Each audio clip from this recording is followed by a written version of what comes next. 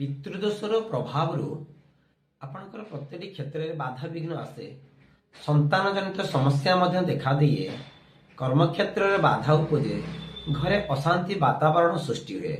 ଏହା ବନେ କେମିତି? ଆପଣଙ୍କ ବଂଶରେ କାହାର ମୃତ୍ୟୁ ଯେତେବେଳେ ସରିଯାଉଛି ତାପରେ କ୍ରିୟାକର୍ମ ଠିକ୍ ସେ ହଉନି, ଯାହାଦ୍ୱାରା ପିତୃଦୋଷର ପ୍ରଭାବ ଆପଣଙ୍କ ଲଗ୍ନ କୁଣ୍ଡଳୀ ଉପରେ ପଡୁଛି।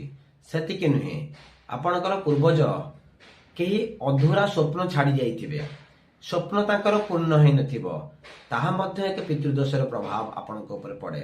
ଏକ ଉପାୟ ମୁଁ କହୁଛି, କ'ଣ କରିବେ ନା, ଆପଣମାନେ ସମସ୍ତେ ଜାଣିଛନ୍ତି ପିତୃପକ୍ଷ ସମୟରେ ଆପଣଙ୍କ ଘରକୁ ବ୍ରାହ୍ମଣକୁ ଡକାଇ ଆସନ ଦେଇ ଭଲସେ ଭୋଜନ ଦେବେ। ତା ସହିତ କିଛି ଦକ୍ଷିଣା ଦେଇ ଯଦି ତାଙ୍କୁ ପ୍ରଣାମ କରୁଛନ୍ତି ତେବେ ପିତୃଦୋଷ ଦୂର ହୁଏ।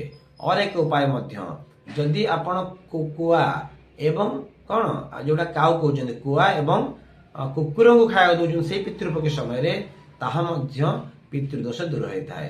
ଆଉ ଗୋଟେ ଉପାୟ, ଯଦି ପ୍ରତ୍ୟେକ ଦିନ ରାତିରେ ଶୋଇବା ପୂର୍ବରୁ ଆପଣଙ୍କ ରୋଷେଇ ଘରେ କିଛି ଜଳ ରଖୁଛନ୍ତି କୌଣସି ପାତ୍ରରେ, ତା ପରଦିନ ସକାଳେ ସେଇ ଜଳକୁ ନେଇକି ଆପଣଙ୍କ ମୁଖ୍ୟ ଦ୍ୱାର ନିକଟରେ ଯଦି ଛିଞ୍ଚନ କରୁଛନ୍ତି, ତାହା ମଧ୍ୟ ପିତୃଦୋଷ ଦୂର ହେବାର ଏକ ମୁଖ୍ୟ କାରଣ ସାଜେ।